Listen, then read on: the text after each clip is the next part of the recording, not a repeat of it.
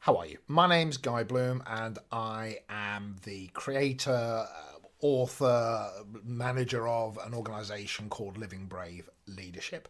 Now, I help individuals and teams who are, in essence, business leaders on how they perform in terms of their individual impact as a leader and the way that cultures work. Now, why that's possibly relevant is that over the last few decades, I have had the privilege of working with, hundreds of individuals who have been able to reflect back on their life and really understand some of the stepping stones that they've made, the correct turns, the wrong turns, the things that they've learned, and maybe I can offer some of that cumulative learning to you as you look out on your future life.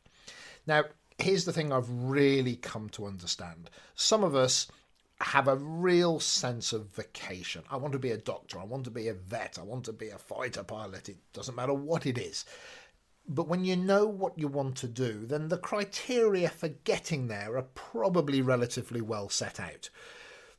For a lot of other people, there's a lack of clarity, there's an uncertainty, there's almost like going into a clothing store and saying, well, it all looks very nice, but I don't know which one of these things is going to suit and fit me. So I think for some people, there's a sense of, I have absolute clarity about what I want to do, and in the trying on clothes analogy, what I want to look like and therefore what I'm going to wear. And then for other people, I'm not so sure. I don't have that clarity, and following that metaphor through, I've got to try things on. I've got to see if they fit me. And here's the one thing that I've come to understand. Success really doesn't come from having the clarity at a young age around what you want to do.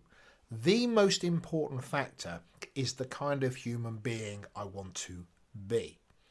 Because what is absolutely clear is that dependent on what it is that you decide to do in life, you are either capable of doing it or you are not. You may have an instinct around it, which means it comes easy to you.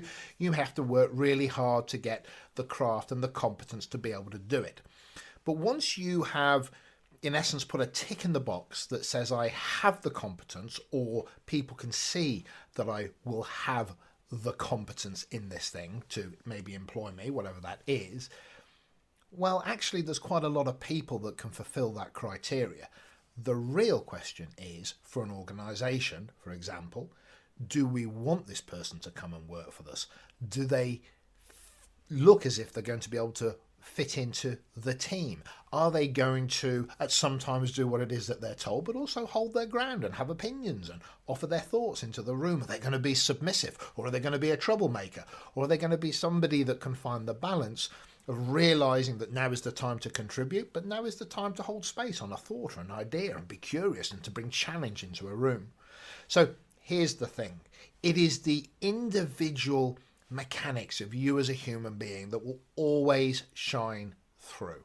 There are thousands of people, millions of people that can do a thing, but whether or not you want to be associated with them, whether or not people want to connect to you, whether or not people want to support you and help you in those endeavours, well, that's not going to be necessarily just about your competence. That's going to be about the experience of you.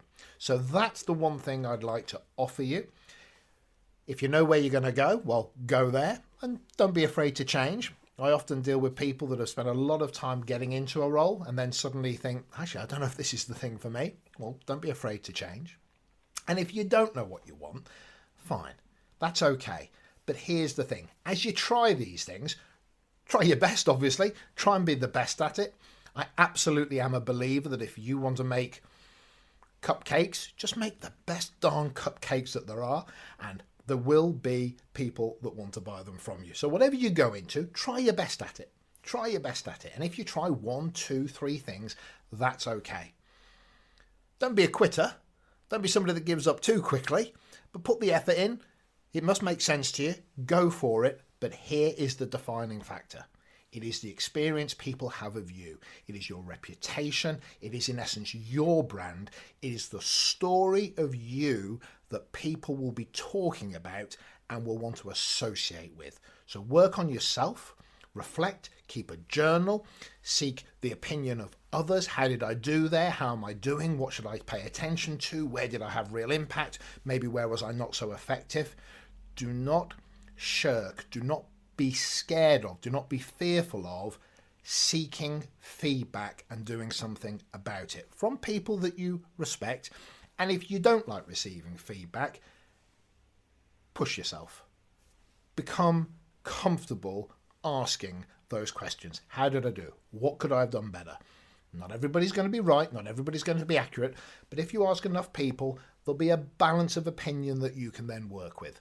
So those are my thoughts. I hope it helps, and I wish you absolutely every success.